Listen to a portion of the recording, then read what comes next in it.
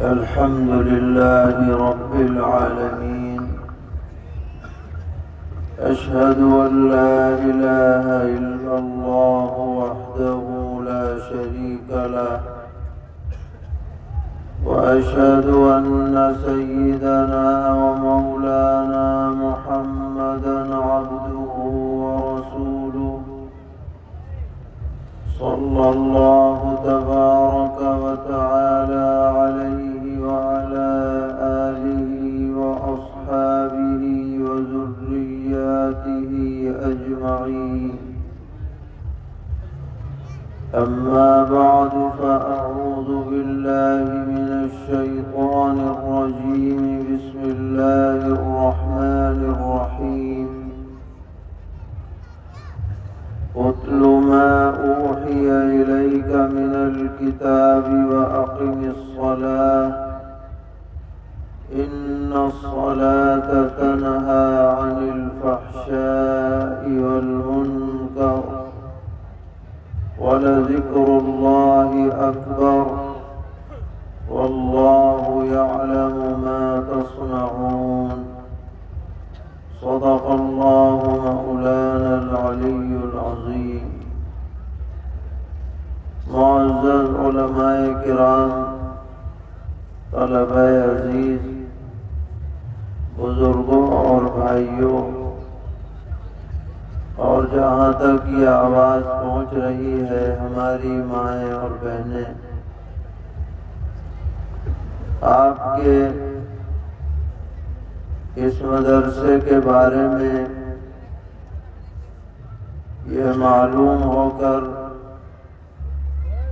بہت خوشی اور اطمینان حاصل ہوا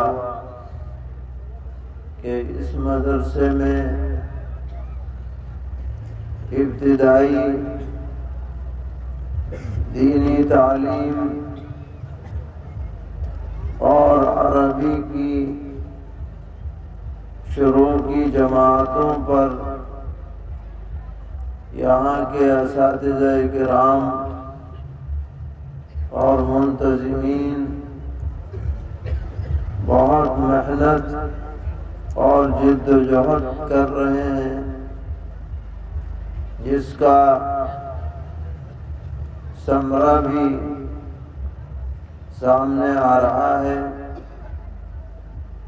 ابھی آپ نے خود یہ خوشنما منظر دیکھا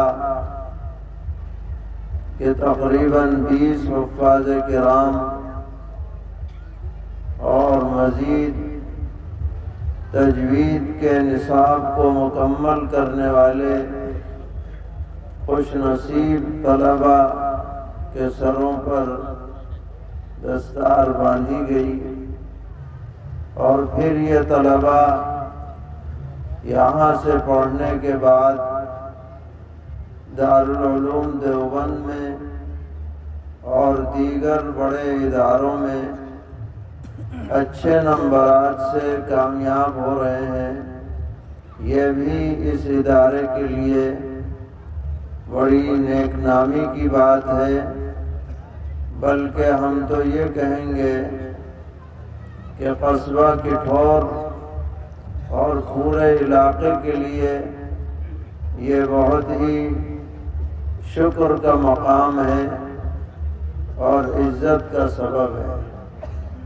اللہ تعالیٰ اس مدرسے کو خوب ترقیات سے مالا مال فرمائے، شرور سے محفوظ رکھیں، اور جو حضرات بھی اس کا تعاون کرتے ہیں یا کریں گے یا کیا ہے، اللہ تعالیٰ ان سب کو دنیا آخرت میں بہترین بدلہ عطا فرمائے۔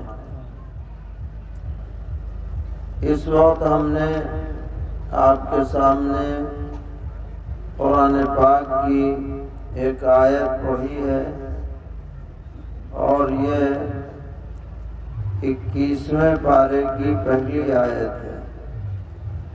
جب آپ قرآن پاک کھولیں گے تو 21واں پارہ اسی آیت سے شروع ہوتا ہے اتل ما اوحی الیک من الکتاب، یہاں سے پارے کا آغاز ہے،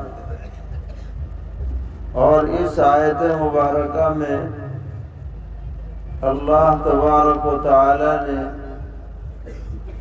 سرور کائنات فخر موجودات حضرت محمد مصطفیٰ صلی اللہ تعالی علیہ وسلم کو مخاطب بنا کر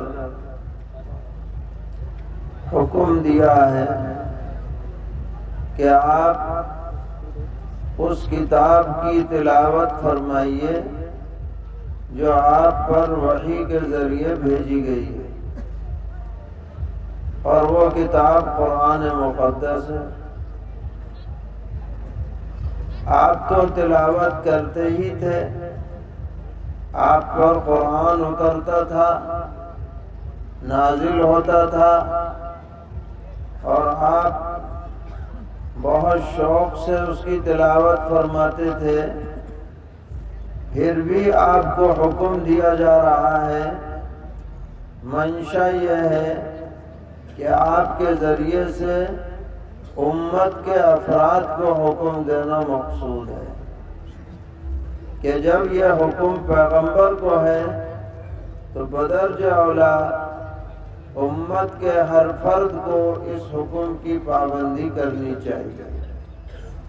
ہمارے لیے سب سے بڑا سرمایہ جس کی بنیاد پر آج اسلام اپنی اس اصلی شکل و صورت میں موجود ہے اور زندہ ہے اور قیامت تک زندہ رہے گا، اس کی بنیاد یہی قرآن مقدس ہے۔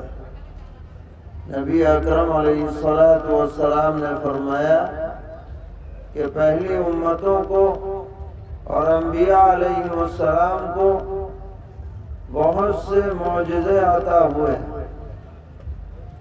مگر وہ سارے معجزے ان کی زندگی تک محدود رہے، چاہے وہ حضرت موسیٰ علیہ السلام کا عصا ہو یا حضرت عیسیٰ علیہ السلام کا بیماروں کو شفا یاب کر دینے کا عمل ہو، مردوں کو زندہ کر دینے کا عمل ہو، یا اور اس طرح کے معجزات ہوں، وہ ان لوگوں نے دیکھے جو اس زمانے میں موجود تھے، آج نظر نہیں آ رہے۔ نہ عصا ہے، نہ وہ مسیحائی ہے، نہ اور چیزیں ہیں۔ داؤد علیہ السلام کے ہاتھ میں لوہے کو موم کر دیا گیا، وہ بھی انہوں نے دیکھا جو اس زمانے میں تھے۔ حضرت صالح علیہ السلام کی قوم نے اونٹنی کا مطالبہ کیا، وہ اونٹنی لائی گئی، نکالی گئی عجیب و غریب طور پر، اس کو بھی ہم نے نہیں دیکھا، اس زمانے کے لوگوں نے دیکھا۔ لیکن نبی اکرم علیہ السلام فرماتے ہیں کہ مجھے جو نشانی دی گئی ہے وہ وحی خداوندی ہے قرآن کریم کی شکل میں، جو ہمیشہ باقی رہنے والی ہے۔ میں دنیا میں موجود ہوں تو بھی لوگ اس سے فائدہ اٹھا رہے ہیں، پڑھ رہے ہیں، پڑھا رہے ہیں، اور میں دنیا میں نہیں رہوں گا پھر بھی یہ قرآن باقی رہے گا۔ اللہ نے اس کی حفاظت کا وعدہ فرما رکھا ہے۔ تو مجھے امید ہے، حضور فرماتے ہیں کہ قیامت میں سب سے بڑی تعداد میری امت کی ہوگی، اس لیے کہ میری نشانی باقی رہنے والی ہے۔ تو آج ہمارے پاس یہ عظیم نشانی، یہ عظیم نعمت، یہ عظیم فضل و کرم ہے اللہ تعالیٰ کا جو ہمیں نصیب ہے۔ اس نعمت کی ہمیں قدردانی کرنی ہے، اور قدردانی یہی ہے کہ ہم اس کی تلاوت کا اہتمام کریں۔ کوئی بھی فرد امت کا بڑا ہو چھوٹا ہو، امیر ہو غریب ہو، مرد ہو عورت ہو، جوان ہو بوڑھا ہو، ایسا نہیں رہنا چاہیے جو قرآن پڑھنے والا نہ ہو۔ اگر امت میں دیگر کسی علم سے فن سے محرومی ہو جائے کسی کو اور وہ اسے نہ جان سکے تو کوئی بڑی بات نہیں ہے، نہ کوئی بری بات ہے۔ لیکن اگر ایک آدمی مسلمان ہے، اسلام جیسا نام رکھتا ہے اور قرآن نہ پڑھ سکے، اس سے زیادہ محرومی اور بری بات اور کچھ نہیں ہو سکتی۔ تو یہ ادنا درجہ ہے کہ آدمی کم سے کم دیکھ کے تو قرآن پڑھ لے، اور پڑھے بھی تو تجوید کے ساتھ پڑھے، مخارج سے پڑھے، صفات کے ساتھ پڑھے، اچھے لہجے کے اندر پڑھے۔ یہ نہیں کہ روا ربی میں لشٹم پشٹم پڑھ لیا جائے۔ قرآن سیکھنا بھی ہے اور صحیح سیکھنا ہے اور صحیح پڑھنا ہے، یہ ادنا درجے کی چیز ہے۔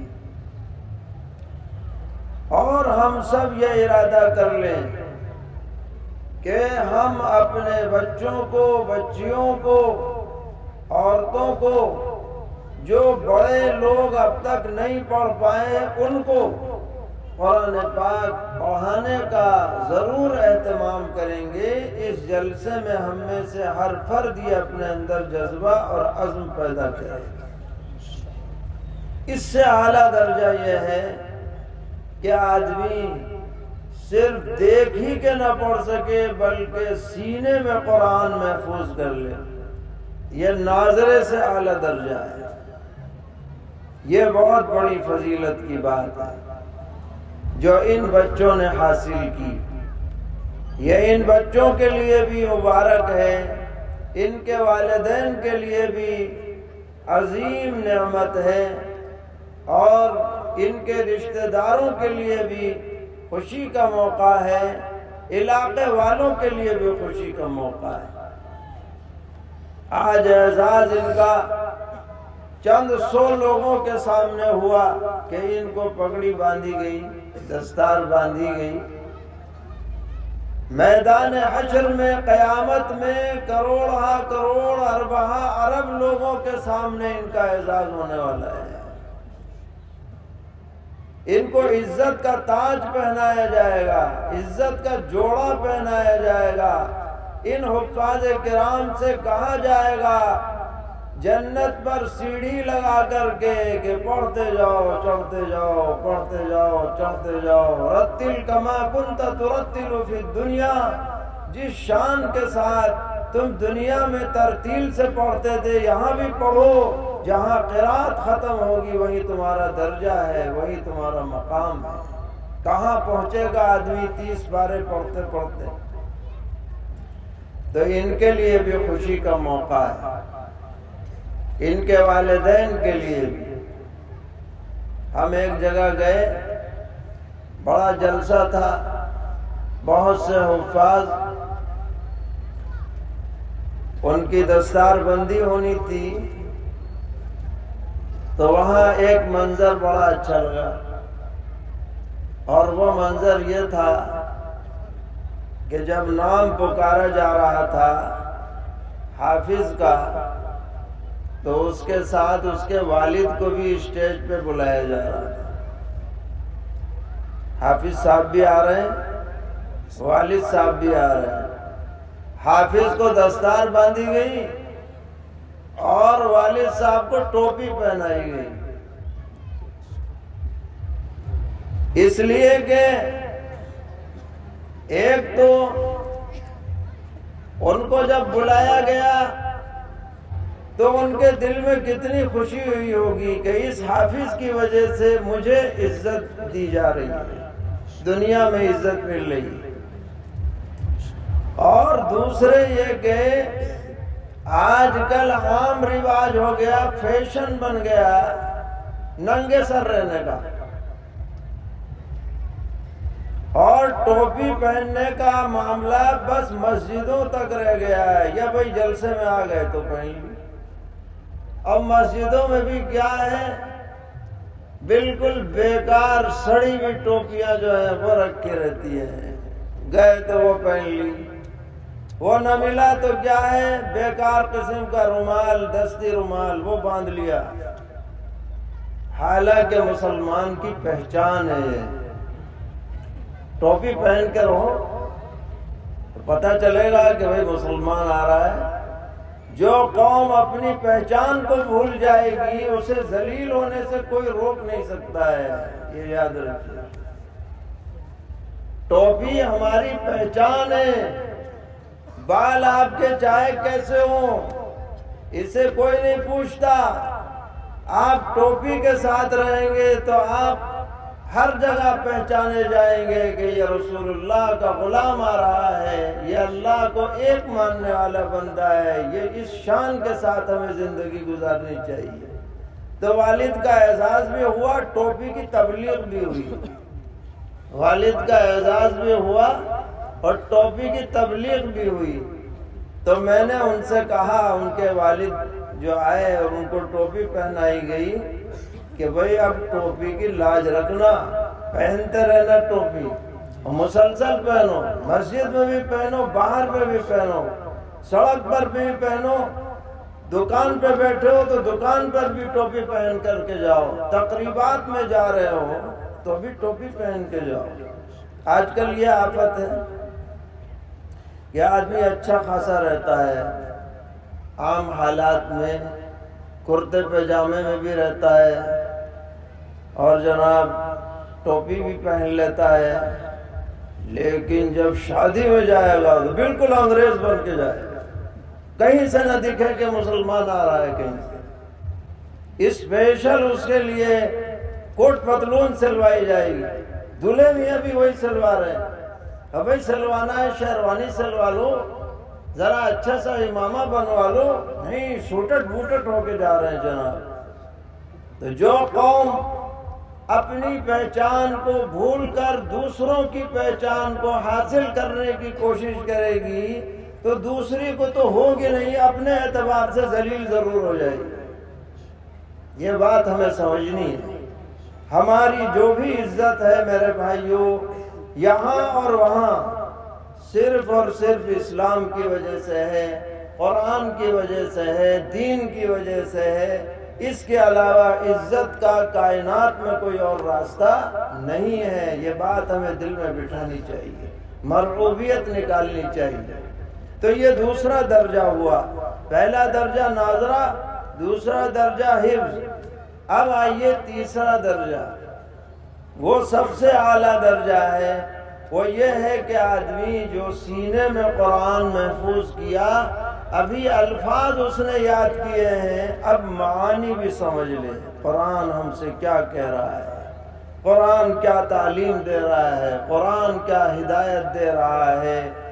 یہ علم مدارس میں پڑھایا جاتا ہے، عربی زبان پڑھائی جاتی ہے، تفسیر پڑھائی جاتی ہے، احادیث شریفہ جو قرآن کی تفسیر ہے ان کا درس دیا جاتا ہے۔ یہ سب سے اعلیٰ درجہ ہے۔ اگر ہمارے بچے اس درجے تک بھی پہنچ گئے تو بھئی پھر تو نور علی نور ہے، سونے پہ سہاگا ہے۔ یہاں چاہے آپ کو پتہ چلے نہ چلے، قیامت میں پتہ چلے گا کہ یہ کتنا اونچا مقام ہے اور کیسی عظیم نعمت ہے۔ تو حضور کو حکم ملا، اتل ما اوحی الیک من الکتاب، اے پیغمبر آپ اس کتاب کی تلاوت فرمائیے جو آپ پر وحی کے طور پر نازل کی گئی ہے۔ پھر فرمایا وَأَقِمِ الصَّلَاةَ، نماز قائم کیجیے۔ یہ نہیں فرمایا نماز پڑھیے، فرمایا نماز قائم کیجئے، یعنی پورا معاشرہ نمازی بنائیے، نماز آداب و شرائط کے ساتھ بجا لائیے۔ اقامت صلاۃ کا حکم ہے سب کے لیے، آپ کے توسط سے پوری امت کو حکم ہے کہ نماز قائم کرو، معاشرہ نمازی بناؤ۔ فائدہ کیا ہوگا؟ ان الصلاۃ تنہی عن الفحشاء والمنکر، یہ نماز ہر طرح کی بے حیائی سے، بے شرمی کی باتوں سے، گناہ کے کاموں سے تمہیں روک دے گی۔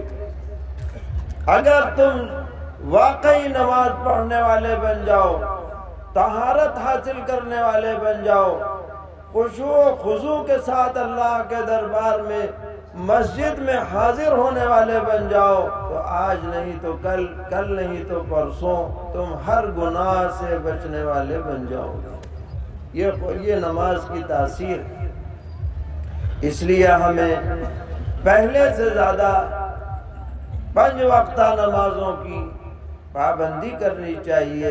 مردوں کو مسجد میں باجماعت تکبیر اولیٰ کے ساتھ نماز کا اہتمام کرنا چاہیے تاکہ ماحول سدھرے، معاشرہ صحیح رخ پر قائم رہے۔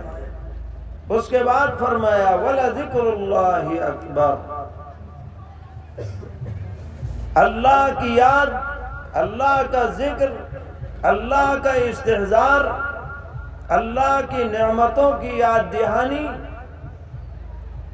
اللہ کے عذاب کا ڈر، اللہ کی رحمتوں کا شوق، فرمایا یہ سب سے بڑی چیز ہے۔ وَلَذِكْرُ اللَّهِ أَكْبَرُ، اللہ کی یاد، اللہ کا ذکر، اللہ کا نام زبان پر آ جائے اور اللہ کی نعمتوں کا استحضار ہو جائے، اس سے بڑی کوئی چیز نہیں۔ اور آخر میں تنبیہ کی گئی وَاللَّهُ يَعْلَمُ مَا تَصْنَعُونَ، بہت رونگٹے کھڑے کرنے والی آیت ہے یہ۔ لوگ ایسے ہی روا روی میں گزر جاتے ہیں، مگر معنی کی طرف دھیان دیں تو پتہ چلے اللہ تعالیٰ فرما رہے ہیں جو بھی تم کرتے ہو اللہ کو اس کی خبر ہے۔ اندھیرے میں کرو، اجالے میں کرو، تنہائی میں کرو، لوگوں کے سامنے کرو، کوئی دیکھے یا نہ دیکھے، کسی کو پتہ چلے یا نہ پتہ چلے، اللہ کو ضرور پتہ ہے، کیونکہ وہ عالم الغیب والشہادہ۔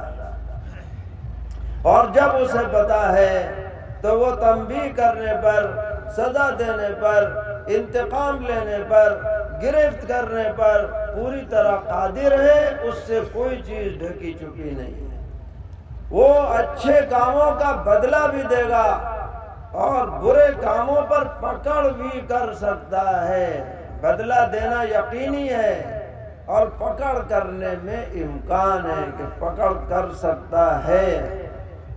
اور اس پر کوئی آدمی اس خوش فہمی میں نہ رہے کہ بھئی پکڑ ہی تو کر سکتا ہے، ارحم الراحمین معاف کر دے گا، گارنٹی نہیں ہے۔ اگر یہ بات ہو کہ بھئی سب کے ساتھ ہی یکساں معاملہ ہو، اچھے اور برے کے ساتھ، تو یہ تو اندھیر نگری ہو جائے گی کہ بھئی اچھا کرو تو بھی ٹھیک، برا کرو تو بھی ٹھیک۔ یہ کیسے چلے گا؟ جو برا کرے گا اسے سزا بھگتنی پڑے گی۔ ہرگز اسے مطمئن نہیں ہونا ہے، اپنے معاملات کو اپنے رب کے ساتھ درست کرنا ہے۔ اللہ تعالی ہم سب کو قرآن پاک سے وابستہ فرمائے، اسلامی تشخص پر قائم فرمائے، نماز کی پابندی تا دم آخر اس کی توفیق عطا فرمائے، اللہ کے ذکر کی، اللہ کے استحضار کی، آخرت کے استحضار کی ہمیں توفیق عطا فرمائے، ہر قسم کے گناہوں کی ہماری مغفرت فرمائے، آپ کے اس مدرسے کو مزید ترقیات سے مالا مال فرمائیں، شرور سے محفوظ رکھیں۔ وصلی اللہ تعالی علی خیر خلقہ محمد وعلی آلہ واصحابہ وذریاتہ اجمعین۔